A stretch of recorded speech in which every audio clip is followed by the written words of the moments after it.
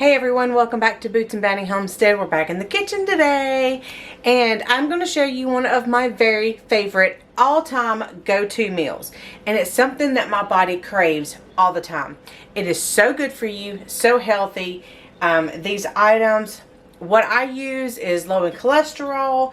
It's full of gut healthy fiber, and helps with like liver detox, and it's so many benefits to making this meal. And you'll see once you start making it that it's something that you can make ahead of time and meal prep for the week if that's something that you want to do. And it's just simply beef and cabbage. Now there's a few more ingredients that go into it, but we'll get to that in a minute. But I do want to show that I use our deer that we process. Emma hunts for us and we process our own deer. We make it a 70-30 with a butcher beef fat mixed in. So we do that, and it makes it really nice and light and nutritious with the beef in it. So it's good healthy fats from an animal fat. And then we've got, of course, our cabbage. This one's a monster. But we've got our cabbage, and I've got to get it cut up. Now you can cut up your cabbage any way you want to. You can kind of make this like a cabbage rice and put it in a food processor and chop it all up, make it really fine and small. You can cut it in strips and make it like noodles. You can just chunk it up and just kind of make various sizes. However you want to cut it up is fine with me. It doesn't affect it. Now, the only other things that we're going to be adding in, and this is an option, whichever you want to use. Now, I've got such a big head of cabbage. I'm actually cooking 2 pounds of deer meat, and I'm going to use as much of the cabbage head as it will allow to fit in the skillet. But originally, you want to start with some diced tomatoes, and these were actually free. They were given to me. But just some diced tomatoes in the can or home canned or whatever you want to do. I didn't have any of those last time I made this, and I actually had some rotel. I threw some rotel in there. You've got to be careful with cabbage. If you've cooked with cabbage before, you know that it soaks up all the heat and intensifies it. So even if you use just black pepper, it can make it too hot if you use too much. So what I'm going to do with this, since I'm making so much, is I'm going to use 1 can of each. Now last time I made the beef and cabbage with the rotel, it was borderline too spicy, and that was just a regular 1 pound 1 medium head cabbage with 1 can of rotel. It was almost too spicy for us, but we really enjoyed it. So I am going to use it this time. I'm doubling what I normally do, and I'm just going to add an extra can of just plain to kind of tone it down a little bit. And then you can flavor this any way you want. So we're just going to get started putting it together. Now, if you cook with cast iron, make sure you're going ahead and heating your skillet first before you put your meat in, because if you don't and you put cold meat in a cold skillet, it's going to stick. So make sure that you are putting it in a warm skillet. And mine already has some grease and fat and oil in it from breakfast. I just reuse my skillets. That's how I keep mine seasoned. I just rinse them off and keep going. So like I said, I'm using 2 pounds of our deer.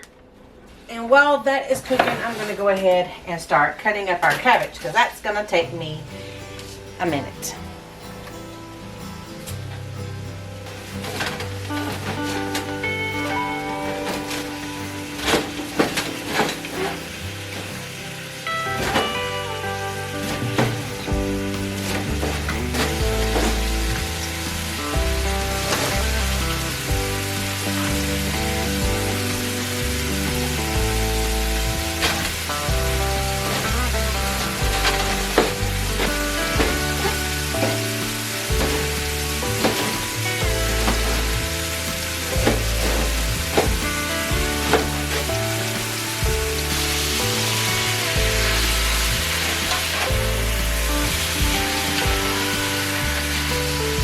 Okay, so I've got a lot of cabbage.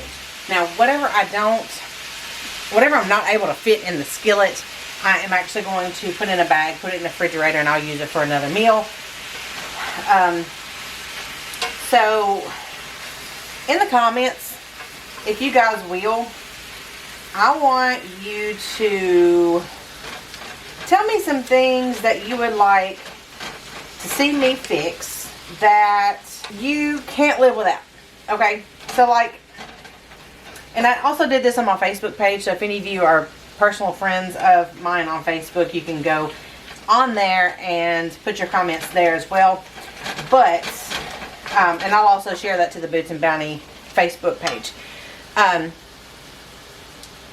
But if, like, if you're, say, going through a new diagnosis of diabetes, or if you've been a diabetic for 20 years and you've never known that you could substitute and have normal foods in a way that diabetics can have it, that's something I want you to comment. I want you to say, how do you fix spaghetti for diabetes?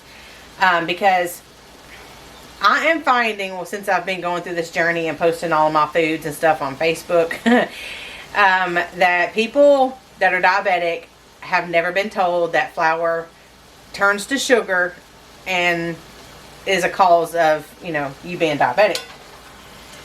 That blows my mind. So if it's something like maybe you have thyroid problems and you want to see how I fix something that's soy free.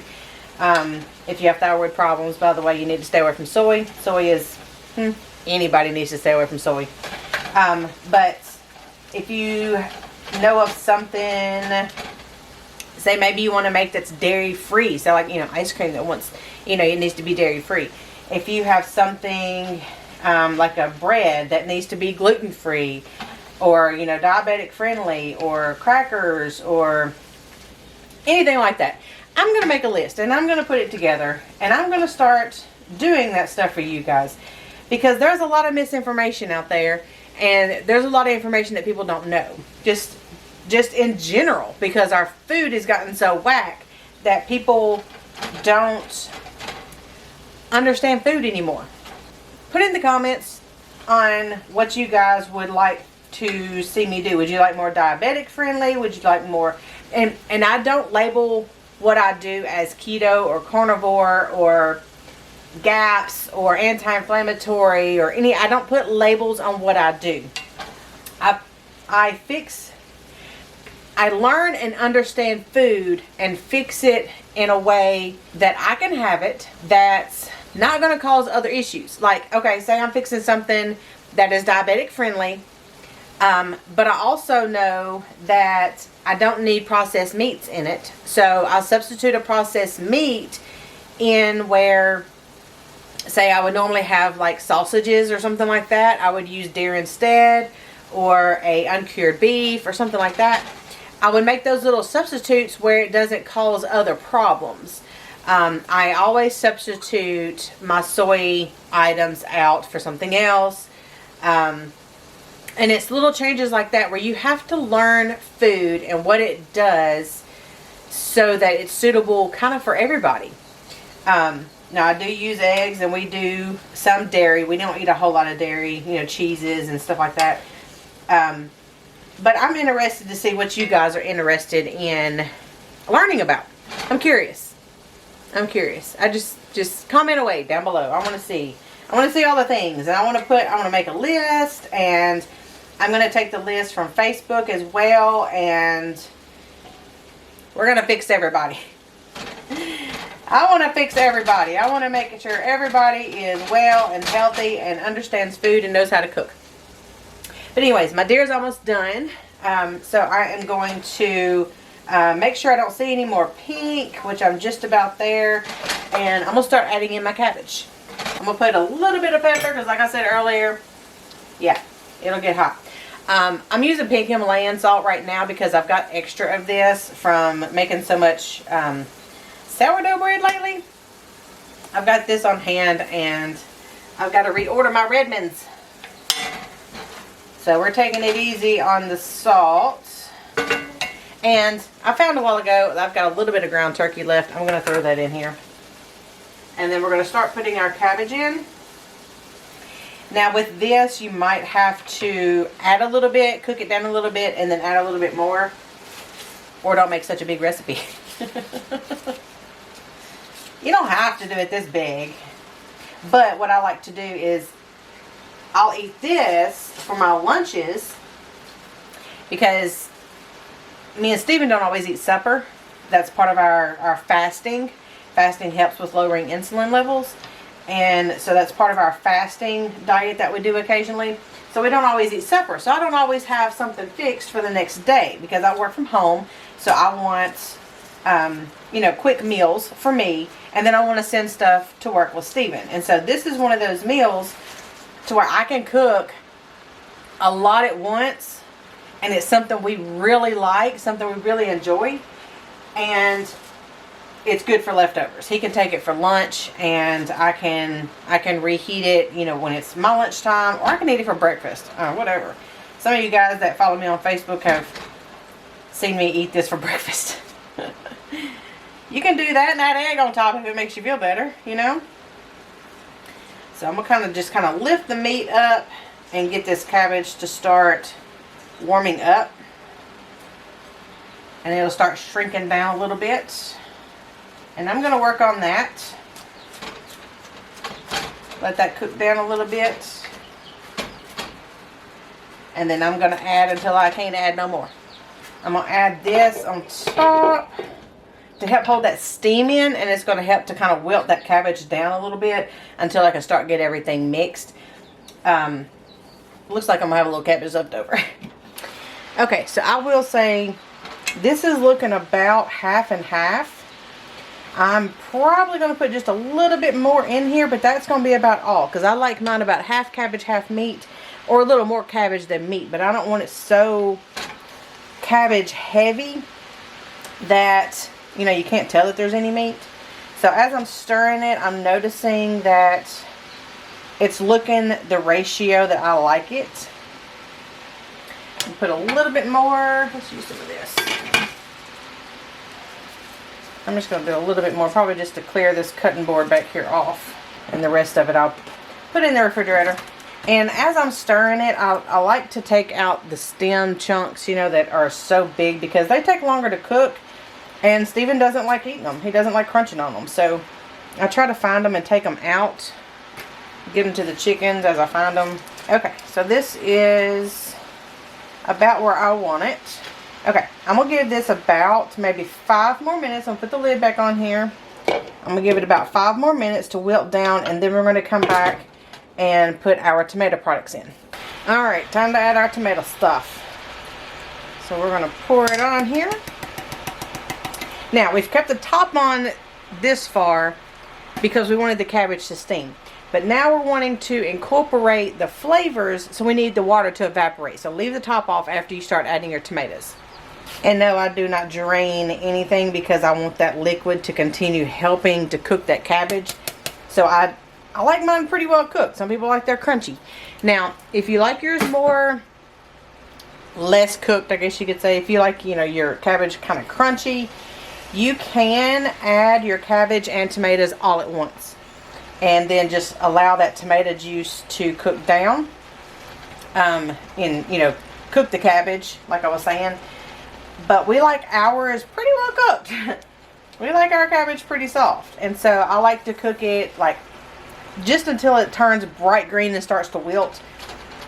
Because the green parts will cook faster than the white or yellow parts of cabbage. And so I kind of let the green part start wilting, and then I'll put the tomato sauce and stuff, or tomatoes in here, because the white parts still have a while to go to cook. So it's been about 10 minutes and this is looking good. So now we're just going to allow this to kind of marry together and cook and release all the juices and combine all those flavors. The cabbage will continue to cook down a little bit, and it's going to start absorbing that tomato liquid. So that's why, you know, with the rotel, you can pour that liquid out if you want, or you can leave it in there. But either way, you need to have a little liquid in there so the cabbage can absorb it. Okay, now just keep an eye on it and keep it stirred, and then it'll be done whenever you have it at the doneness consistency of your liking. Alright, I'm starting to see the white cabbage turn a little orange tint. if that makes sense. Has like a little orange tint to it. So I know it's starting to absorb the tomato flavor. I can smell it. It smells really good. There is a little more liquid than I would like, so I'm going to turn it down and just kind of let it evaporate that water out. Now, something else you can do is if you're meal prepping, you can actually start taking some of this out and dividing in your bowls. What we have are the square glass bowls with the snap-on lids. And what I'll do is I'll lay those out and then I'll just kind of fill them up. Now you can eat like 2 cups of this and it be, I don't know, barely hardly any calories. The meat has the most calories of anything. I think like in 2 cups, I don't even think there's 400 calories in 2 cups. If you're a calorie counter, which I am not. I go for the rough idea of 1 cup vegetable and a half a cup of meat when it's something like this. That's kind of where I keep it. So I want more cabbage in here or more vegetables than I do meat. In order to get like a serving size, it would be roughly about 2 cups of this, since it has the tomatoes and stuff in it. And the cabbage is fluffed up a little bit and all that good jazz. But I would say that would be a suggested serving size. So yeah, this is done to our liking. Like I said, it's on a little bit less than medium. I'm gonna let all the juice cook out of it. But other than this, this is done. You can add seasonings if you want. You can add, garlic powder or onion powder. You can put onions in this whenever you cook your meat. You can put onions in it. It's all up to you. You can make it a little more Italian flavored. You can use like Italian seasoning in it, or you can just use your basic oregano, thyme, basil, rosemary, whatever you want to put in it, single spices. So just make it your own. This makes a lot. Like this right here would probably make about 6 meals. And that would be like 3 days worth of me and Steven eating it twice a day if that were to happen. But it doesn't. And I do keep this on hand for up to about 4 or 5 days. I usually eat it more than he does, but he loves it. So this right here is going to cover at least one of my meals for the next, say, 3 or 4 days. And I will eat it every day because that's how much I love it. So this is a good, easy prep meal that you can make throughout the week. Easy to reheat. And it's just great. I love it. Absolutely love it. I recommend it for everybody. If you don't like cabbage, I'm sorry. If you don't like deer, you can use any meat you want. Anyways, I'm going to finish this cooking, letting all those juices come off, and then I'm going to divide it all out into our portion serving containers and get it put in the refrigerator for the next few days. Thanks for stopping by. Thanks for stopping by, guys. We'll see you next time. Bye.